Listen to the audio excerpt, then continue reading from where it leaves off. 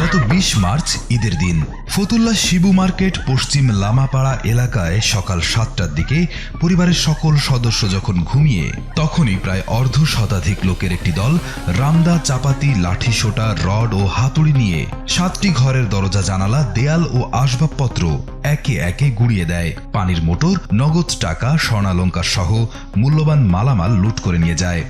আমি নারায়ণগঞ্জ জেলাবাসীকে সবাইকে জানাই, এই নির্মম আমার লগে যে ঘটনা ঘটছে নারায়ণগঞ্জে এরকম আর কারোর সাথে যেন হয়। হামলায় গুরুতর আহত হন ২ বছরের শিশু আরাফাত, বাবা ফারুক, তার মা, বাবা ও স্ত্রী সহ পরিবারের সবাই। ভুক্তভোগী পরিবারের দাবি, এই হামলায় প্রায় ৫০ লক্ষ টাকার ক্ষতি হয়েছে। বসা জায়গা নেই, সব ভাঙ্গা চোরা সব মানুষ নিয়ে মারতে এসে আমি ভিডিও করতে গেছি, আমার ডাক্তার দিয়ে ফালাই বেডের বাইরে ফালাই। ওরা সন্ত্রাস, মাদক বেচে দোকানে, ওরা ফেন্সিডিল বেচে। এদের প্রতিবাদ করার জন্য আজকে আমার বাড়ি ভাঙচুর এবং লুটপাট। পরিবার জানায়, দীর্ঘদিন ধরে জমি ও সম্পত্তি ভাগাভাগি নিয়ে জ্যাঠাতো ভাই রুবেলের সঙ্গে বিরোধ চলছিল।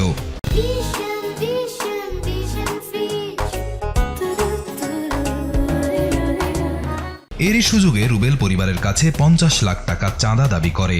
পরিবারের সেই দাবি প্রত্যাখ্যান করলে পরিকল্পিতভাবে এই হামলা চালানো হয়। আমাদের বাড়ির উপর হামলা করে, অত্যাচার জুলুম করে, আমাদের বাড়িঘর সব ভাঙচুর করে, আমার পরিবারকে অত্যাচার জুলুম করে, আমার পরিবারকে মারধর করে, আমাকে মারধর করে।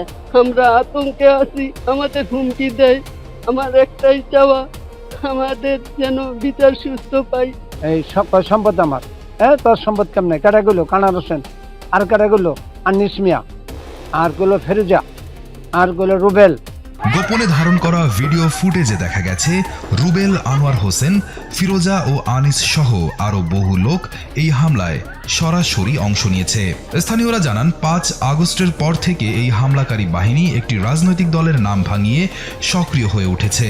নেতাদের সঙ্গে ছবি ও ব্যানার ফেস্টুন ব্যবহার করে প্রভাব বিস্তার করছে। চাঁদাবাজি, দখলবাজি ও নিরীহ মানুষের উপর হামলার একাধিক অভিযোগ উঠেছে এই গোষ্ঠীর বিরুদ্ধে। ফতুল্লা থানার ওসি এম এ মান্নান জানান, মামলা নেওয়া হয়েছে এবং তদন্ত চলছে। আমরা তদন্ত করতেছি। এদিকে বাড়িঘর ভাঙচুর ও লুটপাটের শিকার হওয়া ফারুক হোসেনের পরিবারের পাশে দাঁড়িয়েছেন প্রধানমন্ত্রী তারেক রহমান। তার নির্দেশে ক্ষতিগ্রস্ত পরিবারকে সহায়তা ও সংহতি জানাতে সোমবার বিকালে ঘটনাস্থল পরিদর্শন করেন নারায়ণগঞ্জ জেলা বিএনপির শীর্ষ নেতারা।